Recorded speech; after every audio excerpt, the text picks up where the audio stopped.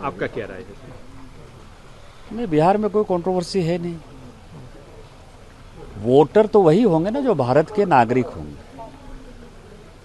और भारत के नागरिक मान लीजिए कि किसी जगह पर किसी विधानसभा में, जो हमने अपने झारखंड के चुनाव में देखा और जिसको माननीय राहुल गांधी जी भी कहते हैं, मतलब हम माननीय राहुल गांधी जी के इस बात से सहमत हैं और मुझे लगता है कि चुनाव आयोग ने राहुल गांधी जी से ही सीख कर ये काम स्टार्ट किया होगा।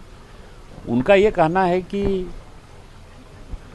किसी विधानसभा में 10% वोट बढ़ा और किसी विधानसभा में 150% वोट बढ़ गया।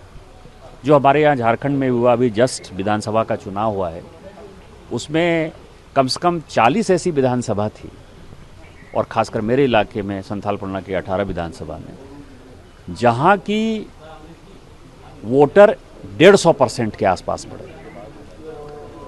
तो जब इतनी तेजी से वोटर बढ़ते हैं तो वोटर कहाँ थे?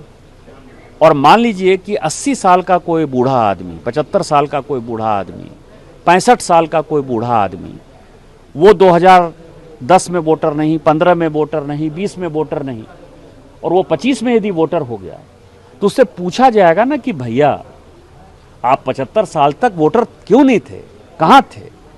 तो यदि ये चुनाव आयोग यदि मांग रहा है तो मुझे नहीं लगता है कि इसमें कोई परेशानी है, और भारत का जो नागरिक है उसी को वोट देने का अधिकार है। तो चुनाव आयोग जो काम कर रहा है हम सहमत हैं, और जो राहुल गांधी जी कह रहे हैं उसी को चुनाव आयोग इम्प्लीमेंट कर रहा है।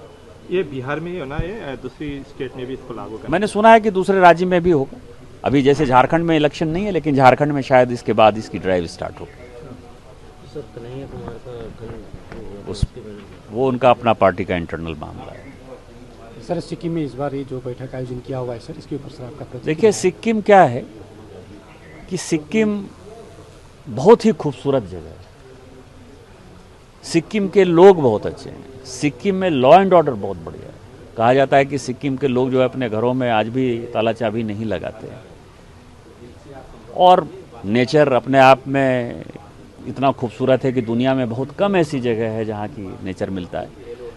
तो इन सारे चीज़ों के लिए हम सभी चिंतित हैं, पूरी पार्लियामेंट, पूरे देश चिंतित है, और खासकर मोदी जी चिंतित हैं। आप देख ही रहे हैं कि जिस तरह का रेल लाइन आ रहा है सिलीगुड़ी से यहाँ, तो 1 घंटे में जो है आप सिक्किम पहुँच जाएंगे।